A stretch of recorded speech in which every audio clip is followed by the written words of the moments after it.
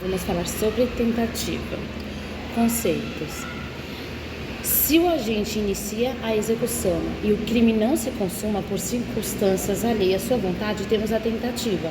Se o agente inicia a execução e o crime não se consuma porque o agente desistiu voluntariamente de prosseguir, temos a desistência voluntária. Agora, se o agente termina a execução e o crime não se consuma porque o agente impede que isso aconteça, temos o arrependimento eficaz. Se o agente termina a execução e o crime consuma a despeito das tentativas do agente para impedir que isso aconteça, temos o arrependimento posterior. Aí tem alguns comentários relevantes, tá? A pena combinada será a do crime consumado com redução de 1 a 2/3. Se o agente esgota os meios de execução, temos crime falho ou tentativa perfeita. Se o agente não esgota os meios de execução e é impedido de prosseguir, por exemplo, ainda tinha balas na arma, temos a tentativa imperfeita.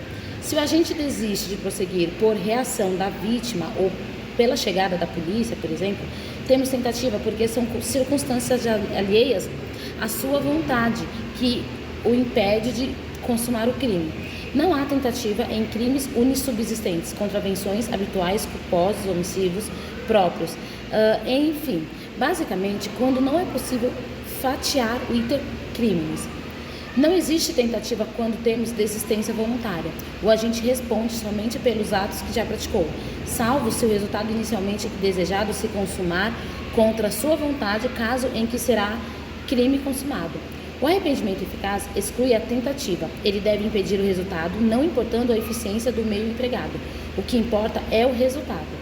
É apenas um atenuante para a pena. Podemos considerar como um arrependimento ineficaz para a dosagem da pena é mister avaliar o momento do arrependimento. Quanto antes, maior a redução de pena. Exemplo, restituição imediata da coisa, sendo ela obrigatoriamente integral.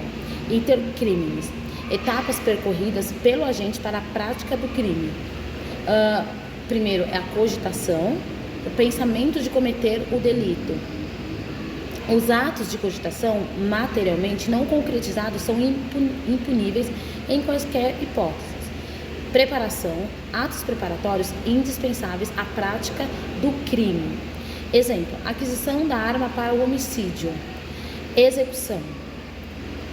Aqui é o momento em que se inicia a ofensa ao bem jurídico tutelado.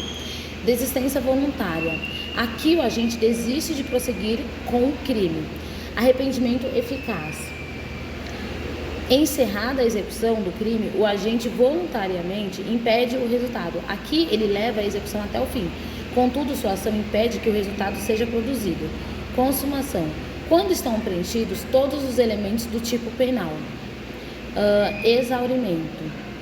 Ocorre quando o agente, após consumar o delito, prossegue agredindo o bem jurídico. Sua importância está relacionada à dosimetria da pena, uma vez que aquela nova conduta pode estar prevista como causa especial de aumento ou como circunstância judicial desfavorável na medida em que as consequências do crime estão previstas como circunstâncias judiciais que devem ser levadas em consideração pelo juiz para a fixação da pena. Atenção, não esquecer que entre a execução e a consumação podemos ter desistência voluntária, arrependimento eficaz, tentativa, crime impossível.